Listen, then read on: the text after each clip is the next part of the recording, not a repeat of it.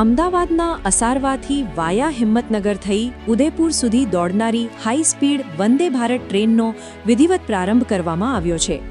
Himmatnagar railway સ્ટેશને કેસરિયા રંગની ભવ્ય વંદે ભારત ટ્રેનના આગમનથી ગુંજી ઉઠ્યું હતું।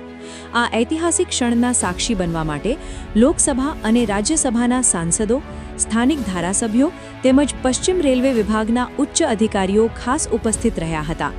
મંત્રમુગ્ધ કરી દે તેવા દૃશ્યો વચ્ચે નેતાઓ અને પદાધિકારીઓએ ટ્રેનને લીલી ઝંડી આપી પ્રસ્થાન કરાવ્યું હતું।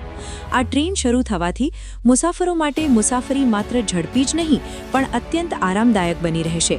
સાબરકાંઠાના લોકો માટે હવે અમદાવાદ અને ઉદયપુર વચ્ચેનું અંતર ઘટશે, જેનાથી મુસાફરોના સમયની મોટી બચત થશે।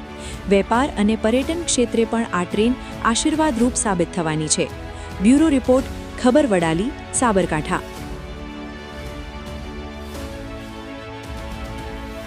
વંદે ભારત જે અસારવાથી ઉદયપુર શરૂ થઈ છે, આપણને માનનીય વડાપ્રધાન શ્રી નરેન્દ્રભાઈ મોદી સાહેબે અને રેલમંત્રી શ્રી અશ્વિનીજી વૈષ્ણવજીએ જે ભેટ આપી છે અને એમાં હિંમતનગરમાં એને સ્ટોપેજ મળ્યું છે, ત્યારે એને આવકારવા માટે અહીંયા અમે સૌ રેલવેના અધિકારીશ્રીઓ, અમારા રાજ્યસભાના સાંસદશ્રીઓ માનનીય રમીલાબેન તથા મયંકભાઈ નાયક અને સૌ હિંમતનગરની જનતા, એમાં ખાસ કરીને ડૉક્ટર્સ હતા, વેપારી એસોસિએશન હતા, કેળવણી મંડળના પ્રમુખ હતા અને સૌ વેપારીઓ હતા, ત્યારે સૌએ એને આવકારવા માટે અને આ જે આપણને વંદે ભારતની પહેલી વાર જ્યારે હિંમતનગરમાં એક સ્ટોપેજની ભેટ મળી છે, ત્યારે સૌ એને આવકારવા માટે અને સૌ અભિનંદન આપવા માટે અહીંયા ભેગા થયા હતા। ત્યારે હું પણ સૌ જે મુસાફરો કરતા હોય એમને અને બધાને ખૂબ ખૂબ અભિનંદન અને આભાર વ્યક્ત કરું છું કે આપ સૌનો પણ આભાર વ્યક્ત કરું છું કે આપના માધ્યમથી પણ આ સમાચાર પહોંચશે।